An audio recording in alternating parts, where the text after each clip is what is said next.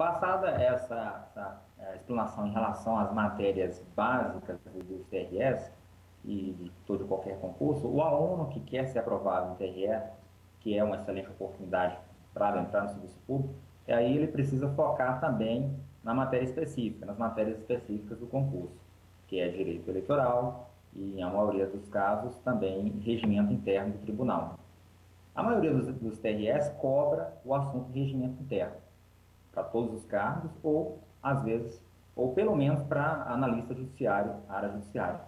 Então, o aluno que quer ser aprovado no seu TRE, que talvez não saiu ainda, ele precisa estudar com bastante afinco direito eleitoral e regimento interno do tribunal também. É, Em relação a direito eleitoral, muita gente tem medo. Às vezes não faz um curso no TRE porque tem medo da matéria. Acho que é uma matéria muito estranha, é, inovadora, nunca ouviu falar, não tem conhecimento da legislação específica eleitoral, mas isso não, isso é mais um mito dos alunos. É uma matéria que não é tão grande, não tem um amplo espectro assim. É possível aprender direito eleitoral até em pouco tempo, sem muitas dificuldades.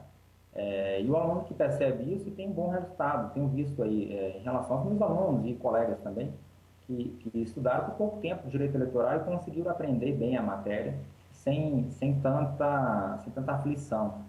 Eu acredito que deve ocorrer também com outras áreas aí do direito, mas em relação ao direito eleitoral, eu venho aqui informar que é algo simples, não é algo tão complexo. E regimento interno do tribunal, mais ainda.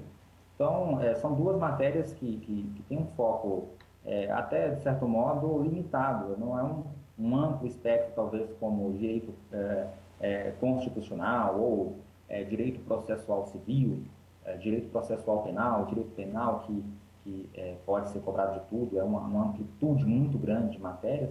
Não, o direito eleitoral é um universo limitado e, inclusive,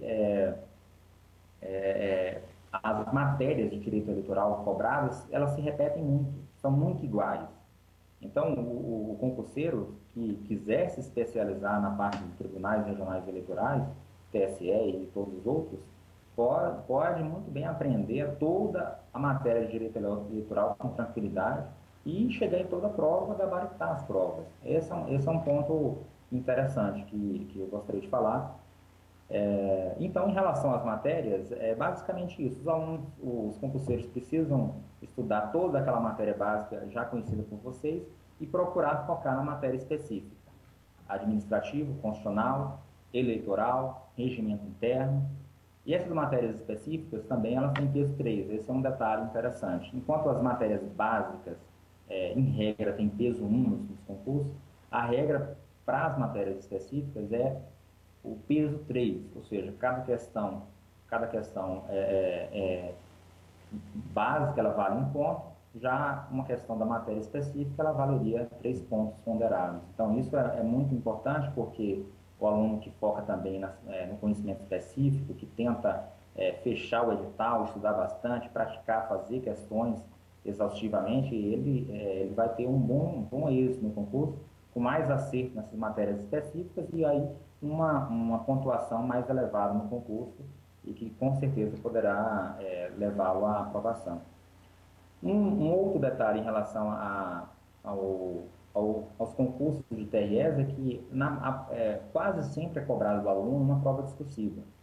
Uma prova discursiva que pode ser uma redação, pode ser um texto dissertativo ou uma questão sobre um conhecimento teórico das matérias de conhecimento específico.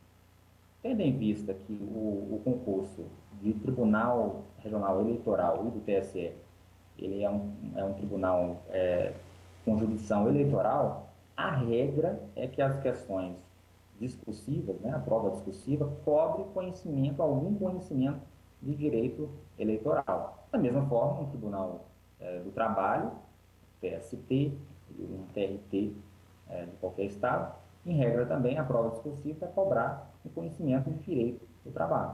Em relação ao Tribunal Regional Eleitoral, os conhecimentos cobrados, em regra, são conhecimentos fáceis de serem aprendidos pela maioria dos concurseiros.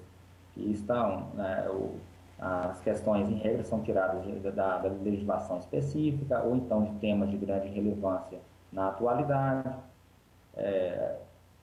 É uma questão, quase sempre, uma dúvida de muitos alunos: ah, professor, o que estudar para uma questão discursiva? Eu sempre aconselho os alunos a estudar bem a parte teórica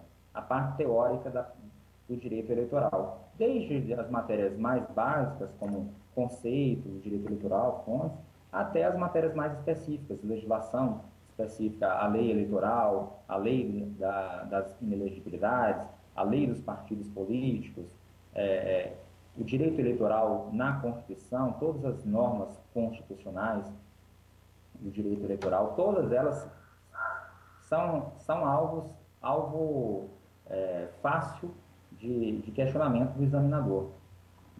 Então, o foco aqui, como o direito eleitoral tem muitos temas específicos, né, mas eu deixaria uma deixa rápida aqui aos alunos, a focarem nas legislações eleitorais e também focar na parte do direito eleitoral na Constituição, os princípios constitucionais relativos aos direitos políticos, aos partidos políticos e à legislação eleitoral, resolução do TSE, a famosa resolução 21538, que tem praticamente força de lei, quase uma força de lei eleitoral, a lei dos partidos políticos, os pontos que forem cobrados no edital, a lei eleitoral, que é a lei 9.504/97, e a lei das inelegibilidades, a lei complementar 64/90.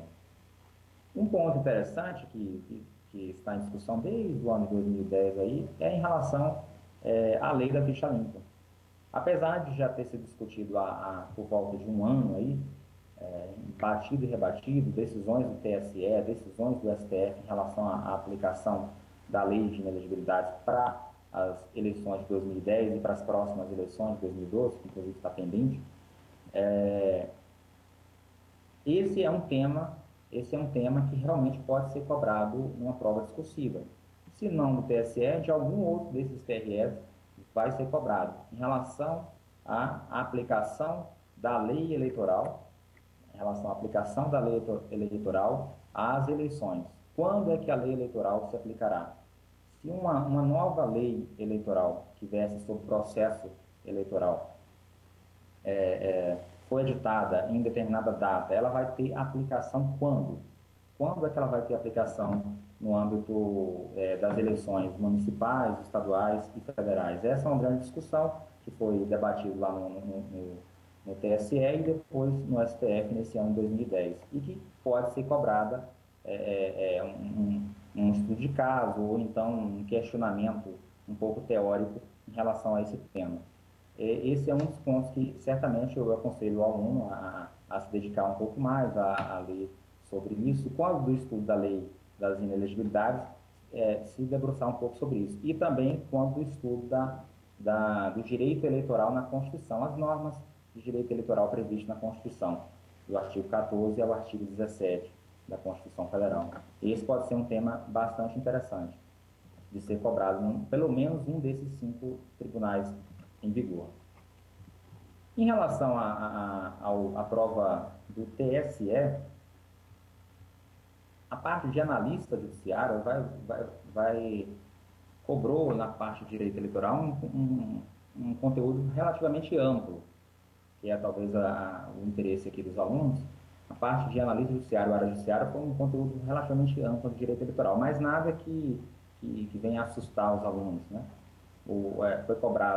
Vai ser cobrado dos alunos e dos concurseiros aí os princípios do direito eleitoral na Constituição, a organização da justiça eleitoral, a matéria básica, Ministério Público Eleitoral, a resolução 21538, inclusive vai ser objeto de questionamento em algumas questões aqui do simulado. Essa resolução ela trata sobre o alistamento eleitoral, procedimentos burocráticos para o alistamento eleitoral, cancelamento, encerramento de inscrição, transferência eleitoral, revisão eleitoral, domicílio eleitoral e outras normas.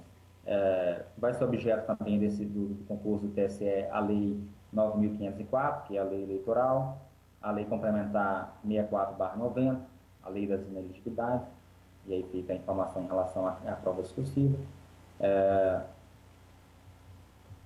Um ponto interessante que pode ser cobrado também em relação à propaganda eleitoral prevista na Lei 9.504/97, eu acredito que pode ser objeto de prova objetiva ou até de discursiva em um desses outros concursos em vigor. Basicamente é isso. Para técnico e analista judiciário administrativo, o conteúdo até foi um pouco mais enxuto, se restringindo as normas básicas de direito eleitoral, como composição, competência do TSE, a organização da Justiça Eleitoral, resolução 21538 também, e algumas outras normas básicas de direito eleitoral. Mas uma matéria até bem mais restrita e mais tranquila para o candidato se debruçar. Em relação ao TSE, basicamente eu acredito que esses seriam os pontos relevantes. No caso, eu trabalho bastante com tribunais eleitorais e o meu foco de atuação é na área de direito eleitoral, regimentos internos e também o direito processual civil, que será cobrado apenas para o cargo de analista judiciário, área judiciária. Em relação ao TSE e também aos outros TREs, um conselho que eu deixo muito claro é que realmente façam questões, façam muitas questões. Não se preocupe em estudar por livros muito volumosos ou muito teóricos, bastante rebuscados, nada disso. Estude por uma matéria mais prática, mais rápida de se estudar. Tem muita boa bibliografia ao redor aqui no Brasil em relação ao direito eleitoral já tem muita bibliografia interessante, tem um estudo mais focado para a área de concursos. Essa é a minha deixa. Além disso, estudar por questões comentadas ou por questões de bancas da FCC e do SESC. Então, eu acredito que o aluno que estudar a parte teórica e fazer exaustivamente muitas questões, ele terá suas chances muito mais potencializadas no concurso do TSE, que vai ser realmente bastante concorrido, e no TRE de São Paulo.